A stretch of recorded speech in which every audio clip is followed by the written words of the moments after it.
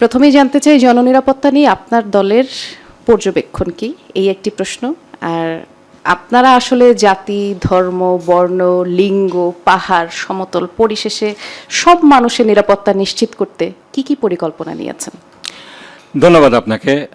প্রথমে যেটা পলিসি লেভেলে যেটা আমাদের পলিসি সেটার ব্যাপারে একটু বলতে চাই। আমি বলবো জননিরাপত্তাটা আমাদের টপমোস্ট প্রায়োরিটি। এইটা অনেকগুলো ফ্যাক্টরস আছে। প্রথমে যেটা, যেহেতু আমরা একটি আদর্শিক রাজনীতি করি, আমরা ধর্মভিত্তিক রাজনৈতিক দল, আমাদের যে আদর্শ সেটা আমাদেরকে শিক্ষা দিচ্ছে, এটা সর্বোচ্চ প্রায়োরিটি হতে হবে। আমি কোট করতে চাই সূরা ইব্রাহিম, কোরআন শরীফের 35 নম্বর আয়াতে আল্লাহ তাআলা বলছেন ইব্রাহিম আলাইহিস সালামের ভাষায়, ওয়াইজ ক্বালা ইব্রাহিমু রব্বি জাআল হাযাল বালাদা আমিনা। অন্য কোনো কিছুর আগে ইব্রাহিম আলাইহিস সালাম বললেন যে আমার এই দেশকে আপনি নিরাপদ বানান, ইভেন বিফোর সাইটিং শিরক এবং আদার যে ইসলামিক নর্মসগুলো আছে। এখান থেকে আমরা যেটা নিয়েছি টেক অ্যাওয়ে, যে একটা রাষ্ট্রের জন্য সব কিছুর আগে জননিরাপত্তাটা এটা সবচেয়ে বেশি প্রায়োরিটি পাওয়া উচিত। সেকেন্ডলি যেটা আপনারা দেখেছেন, আমরা জনগণ কি চায় এটা আমাদের ইশতেহারে ইনকর্পোরেট করার জন্য আমরা কিন্তু অনলাইনে আমাদের পাবলিক ওপিনিয়নকে আমরা ইনভাইট করেছি, এবং সেখানে আমরা যেটা দেখছি, যেটা ক্যাথরিনও বললেন, যে ওভারওয়েলমিং মেজরিটি তাদের কিন্তু মেইন কনসার্ন যেগুলা চাঁদাবাজি, তারপরে এই ভায়োলেন্স, জননিরাপত্তার বিষয়টা কিন্তু সেখানে এসেছে। এই দুইটা কারণে আমাদের যেই পলিসি হতে যাচ্ছে, ইশতেহার হতে যাচ্ছে, সেখানে আপনার জননিরাপত্তার বিষয়টি সর্বোচ্চ প্রায়োরিটি পাচ্ছে। এখানে কয়েকটা বিষয় এসেছে, একটু সংক্ষেপে যেগুলো অ্যাড্রেস করতে চাই। মবের কথা বলা হয়েছে। আমাদেরকে কিন্তু মব এটার কেন হচ্ছে, আমি যদি যেই মব, এই বাজিং ওয়ার্ডটা মিডিয়াতে ইউজ করা হচ্ছে একটা স্পেসিফিক পারপাসে, ওটাতে ঢোকার আগে যদি আমি জেনারেলি যদি আলোচনা করি, মবটা কিন্তু মানুষ কখন আইনটাকে নিজের হাতে তুলে নেয়, যখন সে আইন শৃঙ্খলা বাহিনী কিংবা আদালতের উপরে আস্থা রাখতে পারে না। সেই অবস্থায় দেখেন আমাদের দেশের ইতিহাসে, রাজনৈতিক ইতিহাসে বড় বড় যত আন্দোলন হয়েছে, রেভলিউশন হয়েছে, এগুলাকে কিন্তু চাইলে, যে এখন যেভাবে মবের কথা বলা হচ্ছে, সবগুলোকে কিন্তু আপনি মব বলতে পারেন, কিন্তু এগুলো কিন্তু আপনি মব বলবেন না, এগুলোকে বলবেন আন্দোলন। জনগণ যখন রাষ্ট্রের কাছে, যাদেরকে জননিরাপত্তা দেওয়ার কথা, তাদের কাছ থেকে নিরাপত্তাটা না পায়, তখন তারা যদি আইন হাতে তুলে নেয়, সেখানে আপনি কিন্তু জনগণকে সেভাবে ব্লেম করতে পারেন না। ব্লেম আপনার করতে হবে যাদের উপরে দায়িত্ব ছিল আইন শৃঙ্খলা পরিস্থিতিটা রক্ষা করার। এখানে স্টেট ব্যাকড ক্রাইমের কথাও বলা হয়েছে। অবশ্যই গভর্নমেন্ট ধন্যবাদ পেতেই পারেন, কারেন্ট গভর্নমেন্ট, কারণ গত 16 বছরে আমরা স্টেট স্পন্সর যেই রাষ্ট্রীয় মদদে যেই সন্ত্রাসগুলো দেখেছি, you name it, enforce disappearance, তারপরে এক্সট্রা জুডিশিয়াল কিলিং, তারপরে আপনার অ্যাবডাকশন, অনেক কিছু, এবং বিচারের নামে তামাশা, মানে এই অবিচারটাকে একটা নিয়মের মধ্যে নিয়ে আসা হয়েছিল, জুডিশিয়াল কিলিং বলে যেগুলোকে আমরা। সেই সময় কিন্তু আমরা দেখেছি এই যে শাহবাগে যে মবটা, রিয়েল মবটা হয়েছিল তথাকথিত যুদ্ধাপরাধের বিচারের নামে, সেটাকে কিন্তু সুশীল সমাজ সে সময় মব বলেনি। এই বিষয়গুলা এখন যে কিছুটা হচ্ছে, অ্যাড্রেসড হচ্ছে, এটা গভর্নমেন্ট ধন্যবাদ পেতেই পারেন। কিন্তু গভর্নমেন্টের যে দায়িত্ব, সেটা কিন্তু শুধুমাত্র এখানে দুই ভাগে ভাগ করতে পারেন, একটা হলো কমিশন, একটা হলো অমিশন।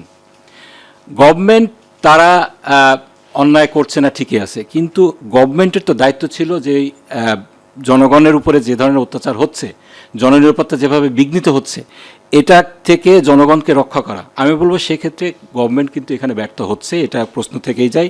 গভর্নমেন্টের কতটুকু সদিচ্ছা ছিল, গভর্নমেন্ট কতটুকু করতে পারতো, কতটুকু করলো, এই বিষয়গুলো কিন্তু প্রশ্ন থেকেই যায়। এখন আপনার যে ধরনের ভায়োলেন্স আমাদের দেশে হচ্ছে, এটাকে কিন্তু দুই ভাগে ভাগ করতে পারেন। একটা হলো পলিটিক্যাল ভায়োলেন্স। আমরা দেখেছি গত একটি বছরে একটি বৃহত্তর রাজনৈতিক দলের অভ্যন্তরীণ কোন্দলেই কিন্তু যেটা বলা হয়েছে, এটা সংখ্যা নিয়ে ডিসপিউট থাকতেই পারে, কিন্তু শতাধিক লোক কিন্তু এখানে নিহত হয়েছে, আহত এবং অন্যান্য যে সমস্ত বিষয় হয়েছে অনেক বেশি। একটা কনস্ট্রাকটিভ পলিটিক্যাল পার্টি হিসাবে, আদর্শিক রাজনৈতিক দল হিসেবে আমরা যেটা মনে করি, যে এটার আন্ডারলাইং যে কজগুলো রয়েছে, আইন শৃঙ্খলা পরিস্থিতি, জননিরাপত্তার জন্য, এইগুলাকে আপনাকে অ্যাড্রেস করতে হবে। আপনি বলতেই পারেন স্ট্রাকচারাল প্রবলেম অবশ্যই থাকতেই পারে, কিন্তু is it the main cause for deterioration of law and order situation? I don't think so.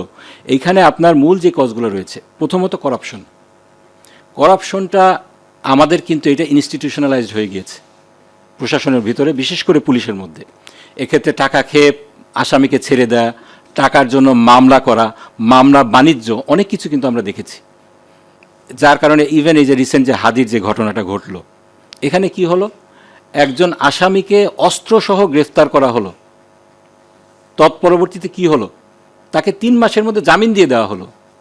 এটা ইটস নেভার হার্ড অফ, একজন অস্ত্রসহ ধরা পড়লে তাকে 3 মাসের মধ্যে জামিন দিয়ে দেওয়া। হোয়ারেজ আপনার গত বছরে কিংবা তার আগের বছরে একজন খেলনা পিস্তল সহ ধরা পড়েছে আওয়ামী লীগের আমলে, সে কিন্তু এখনও বিহাইন্ড দ্য বার, কারাগারে আছেন।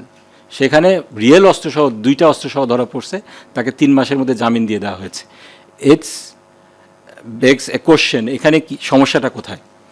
আমি বলবো corruption is the main problem. তারপরে আপনার ইনকম্পিটেন্সি তো আছেই, এবং এটা ইন্টারলিঙ্কড, করাপশন এবং ইনকম্পিটেন্সি ইন্টারলিঙ্কড। আপনি পয়সা খেয়ে যখন চাকরি দিবেন, পয়সা খেয়ে যখন পদোন্নতি দিবেন, তখন তো আপনি কম্পিটেন্সি দেখবেন না, তখন আপনার কাছে মেইন হবে, ইস্যু হবে যে আপনি পয়সাটা ঠিকমতো পাচ্ছেন কিনা। এজন্য আপনার ইনকম্পিটেন্সিও করাপশনের সাথে লিঙ্কড।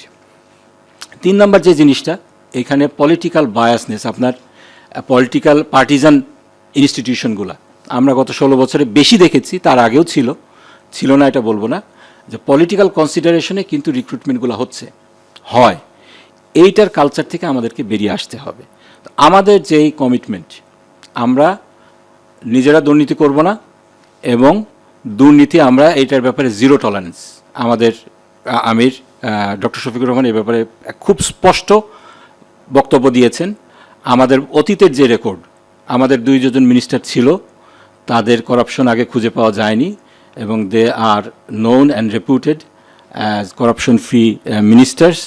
আমরা সেই লিগেসি বহন করতে চাই, এবং ভবিষ্যতে আমরা যদি ক্ষমতায় যাই, এই জিনিসটাকে আমরা প্রায়োরিটি দিব, টপমোস্ট প্রায়োরিটি দিব। এবং চাঁদাবাজির যে বিষয়টা, এটা কিন্তু একটা খুব বড় বিষয়। পলিটিক্যাল পার্টি এইগুলা কিন্তু চলে চাঁদার উপরে, এবং পলিটিক্যাল লিডার্স যারা আছেন তাদের অধিকাংশেরই কিন্তু কোনো স্ট্যাবলিশড পেশা নেই।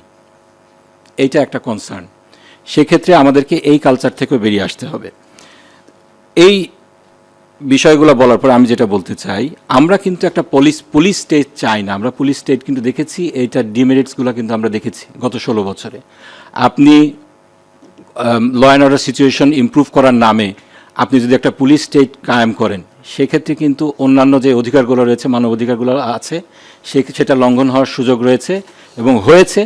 এবং সেক্ষেত্রে আমরা যেটা দেখেছি যে এই অ্যাবসলিউট পাওয়ার, এটা মেক্স যারা শাসক আছেন তাদের অ্যাবসলিউট ডিসঅনেস্ট, এবং এটার কারণে কিন্তু আপনার স্টেট ব্যাক ক্রাইমগুলো হয়। সেজন্য আমরা পুলিশ স্টেট চাই না। আমরা যেটা চাই, a combination and harmony between the state mechanism and the people. আপনার মানুষকেও মোরালিটি শিক্ষা দিতে হবে, মানুষের নৈতিকতার মান উন্নত করতে হবে। এক্ষেত্রে religion will play a big role. এর সাথে সাথে আপনার মানুষকে কালচারালি আপনার এডুকেটেড করতে হবে, টলারেন্স শেখাতে হবে, ইনকর্পোরেট এবং সকল ধর্ম বর্ণ নির্বিশেষে আমরা যে হারমোনির সাথে দীর্ঘদিন বাস করছি, এই ভ্যালুসগুলো আপহোল্ড করতে হবে। এর সাথে সাথে আমি যেটা বলবো যে national consensus is a necessity. এটা এখানে আপনার এটার কোনো বিকল্প নেই। আপনার যেটা বললাম, আগে দেখেছি আমরা, আমাদের সুশীল সমাজ আছে, civil society it's a backbone of A prosperous nation. কিন্তু আমাদের সুশীল সমাজ কিংবা যেটা সিভিল সোসাইটি বলেন, এরা কিন্তু সবসময় দেখেছি আমরা জাতির বিবেক হিসেবে তাদের কাজ করার কথা, কিন্তু কিছু কিছু বিষয় কিন্তু সবসময় এড়িয়ে যায়। আপনার এখন মবের কথা বলা হচ্ছে, কিন্তু শাহবাগ নিয়ে কিন্তু তেমন কথা শুনবেন না সুশীল সমাজের কাছ থেকে। আমাদের মেইন যেই ইন্টারন্যাশনাল প্রবলেমগুলা, সবগুলা রিলেটেড টু ইন্ডিয়া। ইভেন আমাদের যে ডোমেস্টিক অনেক ইস্যুগুলো আছে, মাদক বলেন, সন্ত্রাস বলেন, এখন তো অ্যাডেড ফ্যাক্টর হিসেবে দেখা দিয়েছে শেখ হাসিনা এবং তার ফ্যাসিবাদী রেজিমের যে আগের দোসরা ছিল তারা। এটার ক্ষেত্রে কিন্তু আমাদের একটা ন্যাশনাল কনসেনসাস থাকা উচিত। এটাকে আমরা কীভাবে অ্যাড্রেস করব? ছাত্ররা বলছে, কিছু পলিটিক্যাল পার্টিসগুলো বলছে, কিন্তু এটা নিয়ে কিন্তু ন্যাশনাল কনসেনসাস হচ্ছে না। ওভারঅল আমাদের যেটা দরকার সেটা হলো যে ডেমোক্রেসিটা কিন্তু কন্টিনিউশন দরকার। আমাদের যেটা সমস্যা, একটা পলিটিক্যাল পার্টি যেটা প্রমিস করে, সে যদি সেটাকে ফুলফিল করতে না পারে, এরপরে কিন্তু তার পরবর্তীতে জনগণ কিন্তু চান্সটা পাচ্ছেন না তার পরিবর্তে অন্য কাউকে নির্বাচিত করার। আমরা দেখেছি গণতন্ত্র কিন্তু বারবার ব্যাহত হয়েছে। 91 সালে আমরা গণঅভ্যুত্থানের মাধ্যমে একটা ডেমোক্রেটিক তত্ত্বাবধায়ক সরকারের মাধ্যমে একটা ডেমোক্রেটিক কান্ট্রি পেলাম। তারপরে 96-তে কিন্তু আবার আন্দোলন করে তত্ত্বাবধায়ক সরকারটাকে স্ট্যাবলিশ করতে হয়েছে। এইটা স্ট্যাবলিশড হলো, তারপরে 2টা ইলেকশন হতে না হতেই আবার কিন্তু আন্দোলনের মুডে আমরা চলে গেলাম। তারপরে 16 বছরের ফ্যাসিজম আমরা দেখেছি। এরপরে যদি আমরা এত ত্যাগ, এত কোরবানির বিনিময়ের পরেও যদি আমরা কন্টিনিউশন অফ ডেমোক্রেসি দেখতে না পাই, আজকে আমাদের বিএনপির বন্ধুরা ক্ষমতায় নির্বাচনের মাধ্যমে আসতেই পারেন, তারা যদি তাদের কমিটমেন্ট ফুলফিল করতে না পারেন, পরবর্তীতে জনগণকে অপশন দিতে হবে যে তাদের পরিবর্তে অন্য একটা পলিটিক্যাল পার্টিকে তারা চুজ করবে। আমাদের দেশে কিন্তু পরপর 3টা ইলেকশন এভাবে ডেমোক্রেটিক্যালি হয়েছে, তার কিন্তু কোনো রেকর্ড নেই, নজির নেই। তো এইটা একটা বড় কনসার্ন। আমার মনে হয় অ্যাট এনি কস্ট আমাদের ডেমোক্রেটিক প্রসেসটাকে, এটার কন্টিনিউশনটা জরুরি।